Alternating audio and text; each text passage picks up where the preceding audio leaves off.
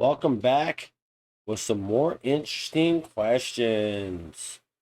Um, this is a really interesting question.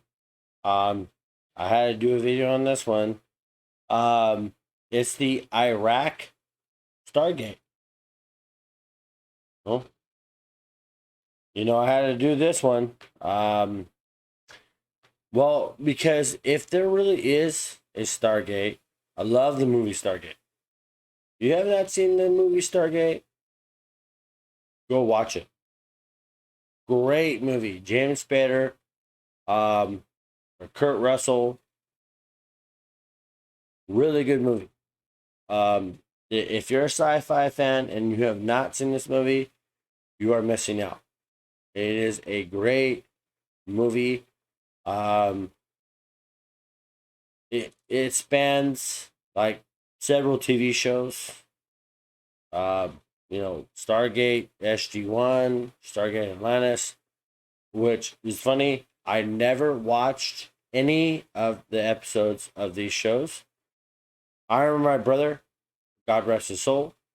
He passed away, but he loved those shows. My mom, huge fiction buff. I was raised on Star Trek and stuff like that, but the movie Stargate is probably one of my favorite movies. It's an amazing film. Um, I highly suggest if you have not seen any, if you've never seen the Stargate movie, please watch it. It's a really good movie. But this goes into like old Mesopotamia. Um, this is what this video deals with. It's in Iraq, so it deals with old Mesopotamia. Um, Nimrod, the Tower of Babel, so on and so forth. Um, it deals with you know uh, soldiers that came into Iraq, in the second Gulf War, not the first one, but what it pertains to is, um, I guess them kind of, it was weird because I remember people saying when they invaded Iraq, um, the soldiers went straight for the museums when they went into Baghdad. I remember hearing that story. I don't know if that is accurate or if that is that could be patently false. I don't know, but I actually heard events of soldiers storming museums, in particular when they invaded Baghdad, um, in the second Iraq War. Um, Maybe they were trying to preserve things that they worried that people might try to make off with if they felt there was instability in the country. Um, but that's possible. That's very possible. So um, I'm gonna get to this video, and I've never seen this video before, so I'm watching it with you guys. So we'll see how the video plays out, and we'll see if that's the case and scenario on this.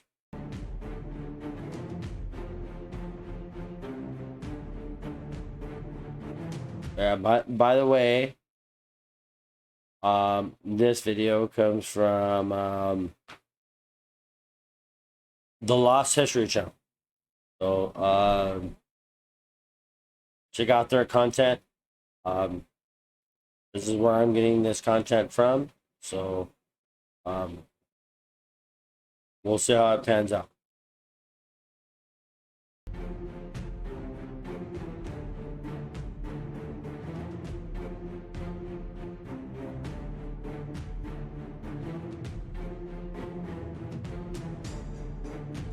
About 225 miles southeast of Baghdad is an area with historical and religious significance, but the only people who get to see it are American troops. Countries all over the world have took an overwhelming interest in Middle Eastern states. In particular, Iraq has been the place of constant power struggles. Why is that? Some people may be surprised to learn that Iraq was the center of the world for thousands of years. The city of Ur was the very first true city of the world and was central to ancient activity, much like New York City is today. Ur is recorded in written history dating back 6,500 years BC and is even in the Torah, Old Testament. They made many advances, including math and astronomy, to name a few, and they may have even made alien contact. We know that sounds crazy, guys, but what if it were true? What if we were to tell you that the power struggles in the region surrounding modern-day Iraq is the direct result of the search for ancient technology? What if we were to tell you that a Stargate portal was discovered there in the 1920s, and for almost 100 years, the search has been on for technology that could change the course of human history? Just wait till you guys... Well, it's funny that it says that. In that movie, Stargate, like I said, it's a really good movie. I highly, if you've never seen it, I highly suggest that you see it. How he talks about Stargate there, that something was unearthed. I don't know if the movie says, I think the movie kind of deals maybe more in ancient Egyptian times. That's kind of like where they found this Stargate. I don't know. I don't remember. I haven't seen the movie in a long time, but it is a really good movie. But he kind of, like, he's saying that there that a Stargate was unearthed. So let's get to the video. Guys, hear this. In 2003, in direct response to the attacks in New York City, American and British troops invaded Iraq. Within weeks, the two armies crushed the Iraqi army. Mission complete, right? So why did the United States Army stay for over 10 years after liberating the country? Recently, we came across information that strongly suggests that there was a secret objective to the occupation. We are, of course, referring to the oldest known Stargate on planet Earth that we know of. At the site of the Great Ziggurat, a British explorer discovered something in the 1920s that is so unbelievable that you could be forgiven for thinking J.K. Rowling dreamed it up. During the 1980s, Saddam Hussein fortified the ancient complex in an apparent attempt to keep out investigators from seeing what was hidden within the complex for thousands of years. Strangely, Hussein put an Air Force base at this location and even developed chemical weapons here. He was clearly trying to keep this ancient place heavily guarded. The three huge staircases you see in the images were put here under Saddam Hussein's orders. They were to take huge ancient objects out of the Great Ziggurat, but did he succeed? The theory that we are suggesting is that Saddam Hussein got his hands on super weapons from a forgotten age, which resulted on a preemptive strike from the US and her allies. But why did he not use the technology? Maybe it was undecipherable. Maybe it was alien language. Maybe cuneiform is in fact an alien language. Imagine this scenario. The US government obtains intelligence that hidden somewhere in central Iraq is an actual Stargate, placed there by the Anunnaki gods of ancient Sumeria, aka the aliens. In this scenario, you know what's crazy about those statues? You find them all over downtown Los Angeles on like older buildings. You literally, I remember seeing them as a kid, and I remember asking my dad, you know, they had these long beards and they look kind of crazy. And my mom worked in downtown Los Angeles. She worked for a law firm. And I remember seeing those, the Nephilim kind of with these long beards, and they had like these things wrapped around their beards. I remember asking my dad, and he goes, "Oh, that's from a long ago. People have forgotten." But I do remember seeing them. They are relevant in downtown Los Angeles. I've seen them on buildings. When Nibiru, the hidden planet in our solar system, is closest to Earth, the Anunnaki will take the opportunity to travel to the Earth through this Stargate and will set up their base in Iraq and share knowledge with people of the region. The idea that the Anunnaki were not gods but extraterrestrials that came and bestowed technology upon the Sumerians is fascinating. This tech is what made their society so advanced. Could modern Iraq be bracing itself for the same fate? Hence the overwhelming agenda. Essentially, more and more people are coming forward saying that they have been involved in these classified programs where these technologies are used quite regularly and that they are found all over the planet. Iraq is just one other place that they are found. The strongest available evidence for an historical ET presence in Iraq. Another place they're found is supposedly in the Grand Canyon here in the U.S. I don't know. Gotta do a video on that one because I hear there's some kind of Stargate or passageway that will lead you to the Middle East here in the Grand Canyon. I just, I've seen videos on that. Iraq comes from cuneiform tablets directly recording the beliefs and activities of the ancient Sumerians, whose civilization began almost overnight. Most of these cuneiform tablets relate to stories of the Sumerians interacting with their gods. Most archaeologists initially accepted that these were merely myths and attached little importance to them other than giving insight into the mytho-religious beliefs of the ancient Sumerians. That viewpoint received a major challenge in 1976 when the Sumerian scholar Zecharia Sitchin published the first of a series of books on his translations of thousands of Sumerian tablets. Rather than treating the stories of the gods as myths that had little verifiable relevance, Sitchin's interpreted the tablets. Yeah, Zecharia Sitchin's was one of the people, I guess, that kind of ancient Sumerian text. There's like these weird like lines or divots that make it's like, I don't even know. It's like not even like a hieroglyph. It's just these divots that make different shapes. And Zecharia Sitchin's was the guy who I guess kind of was able to decipher what ancient Sumerian text was interpreting. I don't know exactly how he did it, but it's not like a Rosetta Stone where I guess ancient Egyptian hieroglyphs were converted to Greek. So when they converted the hieroglyphs to Greek, obviously, that created the translation. We were able to decipher hieroglyphs from ancient Egyptian societies. So Zecharia Sitchin, as I should say, he somehow deciphered ancient Sumerian texts. That's in that region. That's Babylon. That's considered Babylon. And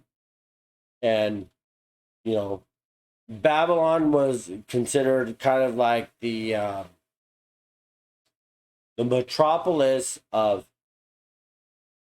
pre-modern society. That's where intelligence and everything expanded from. What was from. So, you could argue, I guess, in some aspects, ancient aliens. These were extraterrestrials that built these structures and so on and so forth, and it's biblical. It's in the Bible, and it actually is in the Bible, where you have Nimrod, where you tell someone, Nimrod. Nimrod was an architect of ancient Sumeria. He was trying to build the Tower of Babel. And the Bible is that supposedly Nimrod, I remember seeing a movie or whatever where he cursed God. And Nimrod shot an arrow up into the sky. And then that's where God destroyed the Tower of Babel, and that's why they say Babel is where it comes from, is God changed all the languages of the world. And people could not communicate with one another. They couldn't talk to one another. Therefore, it's like, oh, hey, hand me a hammer. You say it in English. That person next to you now speaks German. That is the folklore of the Tower of Babel. What Babel means to speak was that's where all the languages were changed. In the Bible, it actually, speaks of this, Nimrod and the Tower of Babel. So, that's where that comes from. As literal descriptions of events as they occurred in the time. These modern viewpoints are emerging from the ashes of a world that was ruled by empires and dictatorships. Have we simply misinterpreted history for thousands of years? We told you the truth, maybe stranger than you would ever even consider believing. What does that tell you? What do you think of the Stargate portal at the Ziggurat? I mean, my sentiments at the end of this is society is filled with a lot of folklore. There's a lot of folklore in society, and we have our belief systems, and our belief systems absolutely they provide us morals, and they provide us a lot of things that are very beneficial for us. But I think at the end of the day on all this, um, the Tower of Babel probably did exist because ancient Mesopotamia we know exists. We have found the ruins all over Iraq. We have found these things. They do exist. But so the Bible has history in it. It definitely pertains to history. There are historic events that they have validated that exist in the Bible. They're there. But when it comes to superstition, I don't know. I when it comes to things that are divine beyond my perception of reality, I don't know personally. But if you have an opinion, please leave a comment below. Leave your opinion on it. What do you think the Tower of Babel was? Or what is your opinions of the Bible and how it pertains to these types of events? I'm very interested to know. I would love to hear your guys' opinion on it. But outside of that, if you enjoyed this video, please like, subscribe. Send it to your friends, your family, whatever. If they like these type of videos, send it to them. Ask them to like and subscribe. I really appreciate the support, and I want to do a lot more videos like this in the future because I feel that they're intriguing, they're educational, and they're beneficial to us as a society. We should question things, and that's what this show is about interesting questions. And thank you guys for your love and your support on this, and I will see you in the next video. But I'm going to leave this video on this note. Love, peace.